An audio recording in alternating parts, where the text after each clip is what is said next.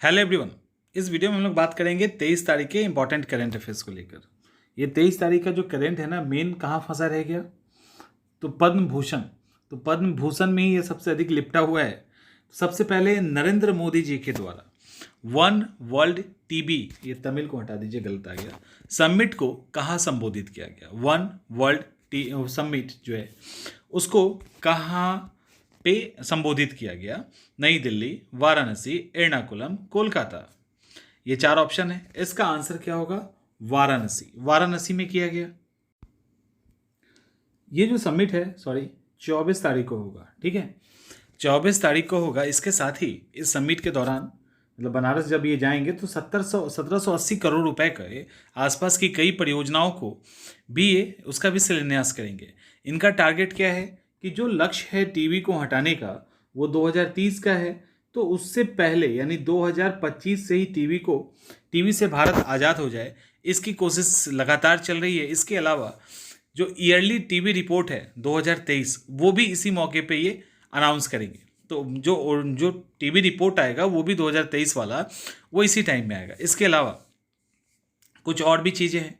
यानी ये one world TB summit जो है, इसमें लक्ष्य क्या क्या है, कैसे उस और देश आगे बढ़ रहा है, इन सब पे बहुत सारी मतलब जो भी मीटिंग है और जो भी चीज़ें हैं इन सब पे उस पर ध्यान दिया जाएगा। इसके अलावा नरेंद्र मोदी बनारस जब जाएंगे तो नमामि गंगे योजना के तहत भी वहाँ पे कई सारी परियोजनाएं जिसको अनाउंस करने वाले हैं। चलिए हम लोग आगे बढ़ते हैं। हम लोग बात करते हैं हाल ही में भारत किस देश या राज्य या केंद्र शासित प्रदेश में शारदा देवी मंदिर को खोला है। शारदा देवी मंदिर को ओपन किया गया है बिहार, अरुणाचल प्रदेश, जम्मू एंड कश्मीर और लद्दाख। इसका आंसर होगा J&K। और J&K मुफ्ता महबूबा मुफ्ती, उन्होंने भी संवाददाता को कहा यह बहुत ही अच्छा है। ठीक है, उन्होंने अप्रिशिएट किया है, कहा कि बहुत अच्छा है, हमें मिलजुल के रहना चाहिए। यानी और उनकी पार्टी का नाम क्या है? महबूबा मुफ्ती के पार्टी का नाम क्या है ये भी ध्यान रखिएगा, पीपुल्स डेमोक्रेटिक पार्टी, PDP कहते हैं। और ये खोला कहाँ गया? तो जम्मू कश्मीर के कुपवाड़ा जिले में बॉर्डर लाइन के पास शारदा देवी का मंदिर खोला गया है। इसको आप देख सकते हैं इमेज में। और इसके साथ ही मतलब ये मंदिर, और यहाँ पे सवाल क्या है कि इसका शिलान्यास किसने किया। ठीक है, इसका शिलान्यास किसने किया? एक्चुअली ये नया मंदिर नहीं, इसको दोबारा खोला गया था। तो शिलान्यास जो किया गया है वो अमित शाह के द्वारा किया गया है। कैसे? तो ऑनलाइन माध्यम से इन्होंने इसको ओपन किया है। अब यहाँ पे कुछ और फैक्ट है जो आपको जानना चाहिए। वो ये है कि जम्मू एंड कश्मीर में सामाजिक और आर्थिक दिशा में कहा गया अमित शाह के द्वारा अलग अलग क्षेत्र में परिवर्तन किए हैं, जिसके तहत टोटल 123 ऐसे जगह को चुना गया है जिसको रिनोवेट किया जाएगा, नवीनीकरण किया जाएगा। उसमें एक ये शारदा मंदिर है। अभी ऐसे कई सारे सेक्टर को खोला जा रहा है। ठीक है, और इसके अंदर कई सारे मतलब इस्लामिक यानी सूफी जगह भी है और हिंदू देवी देवता का भी जगह है। ये सारा यहाँ पे फैक्ट है। और 35 मतलब लगभग 35 ऐसे जगह हैं जिसको मतलब इमीडिएट नवीनीकरण वहाँ पे किया जाएगा। इस मंदिर का नाम क्या है? शारदा देवी पीठ। ये शारदा देवी पीठ जो है सरस्वती देवी का कश्मीरी नाम है और बहुत पुराना और प्राचीन नाम है। ये भी ध्यान रखिएगा, ये भी इंपॉर्टेंट फैक्ट है। एक फैक्ट जो क्वेश्चन के रूप में नहीं आया है उसको भी मैं करवा दे रहा हूँ, करंट अफेयर्स का ही है। वो फैक्ट ये है, छूट गया आज, एक्चुअली आज थोड़ा सा हैक्टिक शेड्यूल हो गया था, उसके कारण थोड़ा करंट अफेयर्स में मतलब फैक्चुअल गड़बड़ी तो नहीं होगी बट थोड़ी सी दिक्कत इधर उधर आ सकती है, जैसे ये सवाल छूट गया। अच्छा, एक और बात, कल के करंट अफेयर्स में हमने आपको करवाया था कि वर्ल्ड हैप्पीनेस इंडेक्स 2023 उसमें भारत का स्थान कौन सा है? 126 है।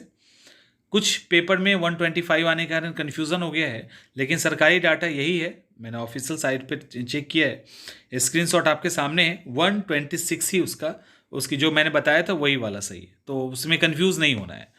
इसके बाद गुवाहाटी, एक फैक्ट जो आया है वो ये है कि असम की लिबरल डेमोक्रेटिक पार्टी, जिसको LDP कहते हैं, लिबरल डेमोक्रेटिक पार्टी, ये कांग्रेस में मिल गई है। ठीक है, कांग्रेस में मिल गई है। भारतीय जनता पार्टी जो भाजपा थी उसका आईटी सेल के अंदर थे प्रदोत बोड़ा, तो इसी प्रदोत बोड़ा के द्वारा एलडीपी का गठन किया गया था। बाद में इन्होंने कहा कि हम कांग्रेस के साथ मिलेंगे और ये कांग्रेस के साथ जाके मिल गए। अगला फैक्ट है देश का पहला पब्लिक ट्रांसपोर्ट रोपवे का उद्घाटन कहां किया जाएगा? नई दिल्ली, वाराणसी, पटना, लखनऊ। तो ये होगा कहां? वाराणसी में। कौन करेगा? मोदी जी। कब करेंगे? 24 को वाराणसी जा रहे हैं टीवी समिट में, तो उसी दौरान कई सारे इनॉग्रेशन के साथ साथ इसका भी किया जाएगा। ये दुनिया का तीसरा रोपवे होगा, ठीक है, और भारत का तो पहला है वाराणसी ऐसा शहर। ये पब्लिक ट्रांसपोर्ट के लिए रोपवे का इस्तेमाल किया जाएगा। 3.8 किलोमीटर की इसकी दूरी होगी। लगभग इस दूरी को तय करने में इसको 16 मिनट का टाइम लगेगा। इसके साथ ही 50 मीटर की ऊंचाई से लगभग 150 ट्रॉली एक साथ चल सकेगा। तो ये सारा फैक्ट है और इसका शिलान्यास नरेंद्र मोदी के द्वारा ही किया जाएगा। ये जो रोपवे है इसके निर्माण माने ये जो है वो cantt railway station Varanasi junction से गौदौलिया चौराहा तक चलेगा और बनने के बाद काशी विश्वनाथ मंदिर, दशाश्वमेध घाट यहाँ जाना इजी हो जाएगा। 6,644.49 करोड़ रुपए में इसको बनाया जा रहा है। ठीक है, कंफर्म मैंने क्लियर हो गया। इसके बाद इस तरह का जो रोपवे है 3.8 किलोमीटर है, 16 मिनट लगेगा, ये सब हमने बता दिया। 150 ट्रॉली चलेगी और हर एक ट्रॉली में 10 पैसेंजर सवार हो सकते हैं। तो 2 साल में ये बन के तैयार होगा। इसके पहले इस तरह की ट्रॉली दुनिया में 2 ही जगह थी। तो एक जो देश है वो है बोलीविया और जो दूसरा देश है वो है मैक्सिको। तो एक है बोलीविया के लापाज में और दूसरा था मैक्सिको में। तो इन 2 के अलावा भारत तीसरा हो गया है। हाल ही में किस व्यक्ति के खिलाफ हश मनी का मामला मतलब चर्चा में आया है? Vladimir Putin, Narendra Modi, Donald Trump और जो बाइडन। इसका आंसर होगा डोनाल्ड ट्रंप आजकल इस चक्कर में फंसे रहते हैं। एक्चुअली डोनाल्ड ट्रंप जो हैं हश मनी के मामले में केस उन पे चल सकता है और मतलब और इनके ऊपर कई सारे आरोप हैं। ऐसा मैंने पॉर्न एक्ट्रेस को इन्होंने भुगतान किया पैसा, उसको लेकर उनको गिरफ्तार किया जा सकता है, ऐसी बात चल रही है। इतना ही नहीं बल्कि उनको अलग अलग देशों से राष्ट्रपति बनने के दौरान कई सारे उनको गिफ्ट मिले थे। वो सारे गिफ्ट उन्होंने रख लिए। लगभग भारत ही उनको $47,000 अमेरिकी डॉलर का गिफ्ट दे चुका है। तो ऐसे करके कई सारे गिफ्ट उनको मिले हैं। तो नियम ये होता है कि वो राष्ट्रपति की संपत्ति होती है, मतलब देश की संपत्ति होती है, उसे रखना होता है और इन्होंने उसको उड़ा लिया है। तो इसको लेकर भी इनके ऊपर एलिगेशन लगे हैं। और फाइनल पद्म पुरस्कार से संबंधित फॉल्स स्टेटमेंट चुनना है। इस साल टोटल 106 लोगों को पद्म पुरस्कार के लिए चुना गया है। दूसरा, सबसे पहले आर्किटेक्ट बालकृष्ण दोषी को सम्मानित किया गया, ये भी सही है। तीसरा, इस साल 6 पद्म भूषण का पुरस्कार दिया जाएगा, ये भी सही है। और 15 पद्म विभूषण दिया जाएगा, वो 6 होगा। पद्म भूषण 15 है, ये गलत है, 9 पद्म भूषण है।